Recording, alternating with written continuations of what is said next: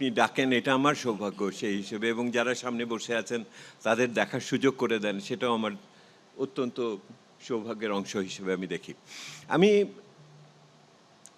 মাননীয় প্রধান উপদেষ্টার বিশেষ সহকারী ডক্টর আনিসুজ্জামান চৌধুরী সুহৃদ মানুষ, আমরা একসাথে কাজ করেছি অনেক ইত্যাদি, সেহেতু ওনাকে পাশে পেয়ে আমি খুবই আনন্দিত, এবং উনি সরকারের পক্ষ থেকে যে কথাগুলো বললেন নিঃসন্দেহে প্রণিধানযোগ্য। বিশেষ করে উনি আইসিইউর কথা যেটা বললেন, তো আইসিইউর সিচুয়েশন তো আমাদের যে শ্বেতপত্র আমরা লিখেছি সেই শ্বেতপত্রের ভিতরেই আছে, এবং প্রথম যেই কাজটা বর্তমান সরকারের দরকার ছিল সেটা হলো সে উত্তরাধিকার সূত্রে সে কি অর্থনীতি পেল, এবং সেই অর্থনীতির ভিতরে বিভিন্ন ধরনের অপশাসন এবং দুর্নীতির যে চিত্র ছিল সেই চিত্র আমরা আমাদের শ্বেতপত্রের ভিতরে 3 মাসের ভিতরে আমরা উত্থাপন করেছি।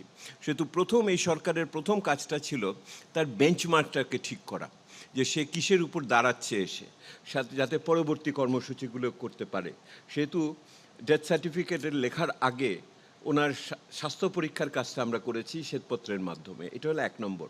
সেহেতু সরকারের একটা প্রথম অ্যাচিভমেন্টের অংশ হলো এইখানে স্বচ্ছতা নিয়ে আসা। দ্বিতীয় দায়িত্ব ছিল সেই সরকারের, এবং আপনার এখানে বসে আমি গত 1 বছর আগে বলে গেছিলাম, এবং সেই সময় আমাকে অনেকে দুর্মুখ মনে করেছিলেন, কিন্তু সেই কথাগুলো মানে দুঃখজনকভাবে সত্য পরিণত হয়েছে এবং সরকার বদল হয়ে গেছে সেইটার ফলে। তো দ্বিতীয় যেইটার দায়িত্ব ছিল সেটা হলো যে দ্রব্যমূল্য এবং সেই যে অস্থিতিশীল পরিস্থিতি, ওটার কথাও ডক্টর আনিস বলেছেন। তো একটা বড় সেকেন্ড চ্যালেঞ্জ ছিল অর্থনীতিকে স্থিতায়ন করা, আমরা যেটাকে স্টেবিলাইজেশন বলি, এবং সেটার কনসলিডেশন, এটাকে সংহত করার ব্যাপার, এবং সেটা কাজের ব্যাপারে সরকার নিঃসন্দেহে ধন্যবাদ পাবে। আংশিকভাবে এখানে বেশ বড়ভাবে একটা সাফল্য আছে।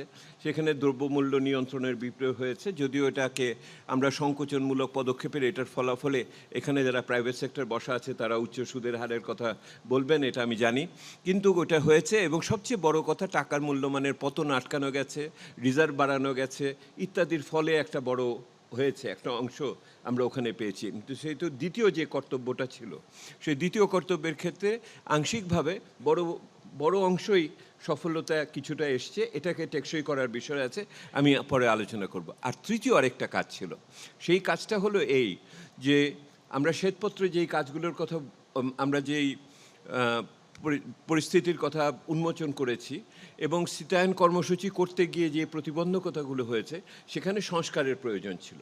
আমরা বলেছি খুব পরিষ্কারভাবে, একটা অর্থনীতিতে দুটো যদি ফুসফুস থাকে, তার একটা হলো ব্যাংক আর একটা হলো জ্বালানি। এই দুটো খাতই আমাদের খুবই আক্রান্ত অবস্থার ভিতরে ছিল। এগুলোকে পুনরুদ্ধার করা একটা বড় ব্যাপার। সংস্কারের অন্যান্য কাজগুলো, সরকারের কর আহরণ বৃদ্ধি করা, ব্যয়কে সঠিক পথে নেওয়া ইত্যাদি, 3টি এই সংস্কারের ক্ষেত্রে বিভিন্ন সরকারের উদ্যোগ ইত্যাদিতে হয়েছে। তো আমি ডক্টর আনিসের কথার প্রেক্ষিতে এই 3টি বললাম। তো প্রথম চোটে আমার মনে হয় আমি ইতিবাচক কথার ভিতরেই থাকি, বাকি যে কাজটা আছে সেটা আমি পরের সুযোগে বলব।